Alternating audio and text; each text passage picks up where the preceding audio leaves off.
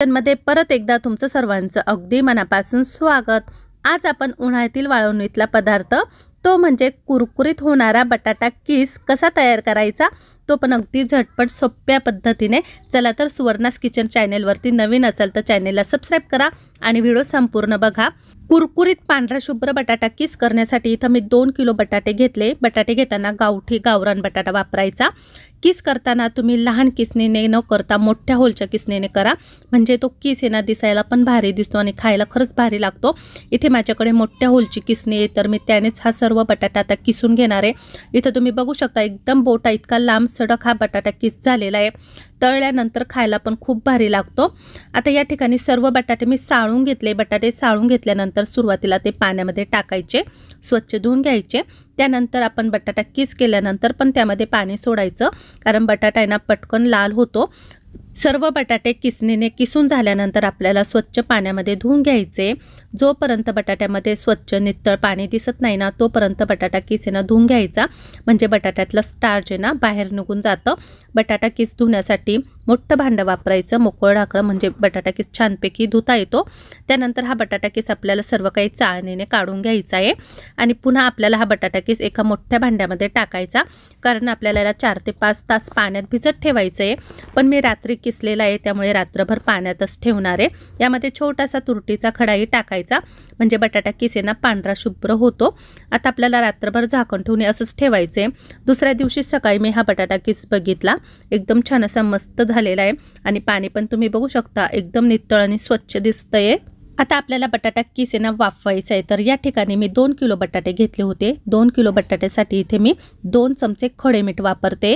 बारीक मीठ वापरलं तर 2.5 चमचे टाका आणि एक मोठं पातेलं घेतलंय। आपला बटाटा किस पूर्णपणे पाण्यामध्ये बुडेल एवढं पाणी आपल्याला पातेल्यात टाकायचं आहे आणि त्यामध्ये मीठ टाकायचं। पाण्यावरती झाकण ठेवून पाण्याला चांगली एक उकळी येऊ द्यायची आहे। पाणी चांगलं खळखळ उकळल्यानंतरच यामध्ये आपल्याला बटाटा किस टाकायचा आहे।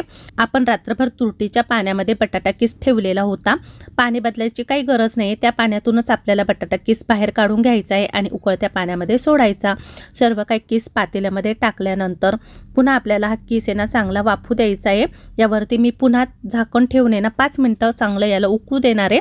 5 मिनिटानंतर लगेच बटाटा आपल्याला चेक करायचा आहे, कारण खूप जास्त बटाटा किस वाफू द्यायचा नाही। आपल्याला बटाटा किस आहे ना फक्त अर्धवटच शिजून घ्यायचा आहे, जवळपास 70% शिजून घ्यायचा आहे। तर हे बघा बटाटा किस आहे ना तुटत नाहीये। पुन्हा यावरती झाकण ठेवून आहे ना 1-2-3 मिनिटं फक्त वाफ द्यायची आहे, खूप जास्त वेळ नाही। तोपर्यंत इकडे मी बाकीची तयारी करून घेते। एखादी चाळणी घ्या मोठी किंवा एखादी जाळी घ्या, त्यामध्ये एखादा कपडा टाका। आपल्याला यामध्ये किस काढायचा आहे आणि पुन्हा 3 मिनिटानंतर मी बटाटा किस बघते। आता बटाटा किस आपण हाताने तुटतोय की नाही बघू। बटाटा चेक करताना आहे ना हात गार पाण्यामध्ये बुडवा, कारण बटाट्याची वाफ हाताला लागू शकते। आपला बटाटा आहे ना अर्धवट आहे ना शिजला गेला आहे, म्हणजे बटाटा किस आहे ना हे बघा तुटतोय लगेच। आता गॅसची शेगडी बंद करून टाकायची आणि बटाटा किस आपल्याला सर्व काही चाळणीमध्ये काढून घ्यायचा आहे। इथे मी जाळी घेतलेली आहे, तर त्यामध्ये सर्व काही आता किस आपण अशा प्रकारे काढून घेऊ। बटाटा किस गरम पाण्यामधून काढून घेतल्यानंतर पण त्याची शिजण्याची प्रोसेस आहे ना चालूच असते, त्यामुळे आपल्याला बटाटा 70% शिजून घ्यायचा आहे, कारण बाकीचा आपोआप शिजल्या जातो जाळीमध्ये चाळणीमध्ये। आता गरम गरम असतानाच इथे मी ना कागद आथरलेला आहे प्लास्टिकचा, तुम्ही एखादा कपडा आथरू शकता। त्यावरती बटाटा किस टाकायचा आहे, पण टाकताना आपल्याला खूप पातळ करून टाकायचा आहे। एकावर एक जास्त टाकायचा नाही, एकदम दाट पण टाकायचा नाही। जितका तुम्हाला पातळ करता येईल ना तितका तुम्ही पातळ करून टाका, म्हणजे बटाटा किस आहे ना छानपैकी मोकळा आणि सुटसुटीत होतो आणि खायला पण मस्त लागतो। तर अशा प्रकारे हा सर्व काही बटाटा किस मी इथे प्लास्टिकच्याच कागदावरती पलंगावरती सुकायला टाकलेला आहे आणि 2 ते 3 तासातच हा बटाटा किस आहे ना अगदी असा कुरकुरीत झालेला आहे। वाळवणीच्या पदार्थांना आहे ना खूप जास्त वेळ उन्हामध्ये अजिबात ठेवायचं नाही, कारण वाळवणीचे पदार्थ खूप जास्त उन्हामध्ये ठेवल्यानंतर तळताना ते लगेच लाल होतात। आता सर्व बटाटा किस मी एकत्र ताटलीमध्ये गोळा करून घेतलेला आहे आणि कढईमध्ये तेल गरम करत ठेवलेलं आहे।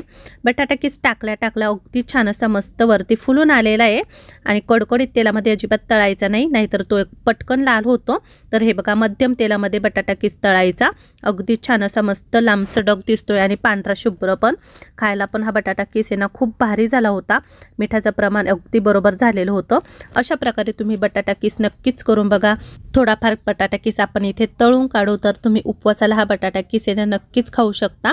बटाटा किसचा आपण चिवडाही तयार करू शकतो. एकदम मोकळा आणि सुटसुटीत तिथे आपला बटाटा किस तयार झालेला आहे. तर कशी वाटली तुम्हाला माझी रेसिपी? आवडली असेल तर लाईक आणि शेअर करा. पुन्हा भेटू, तोपर्यंत सर्वांना बाय.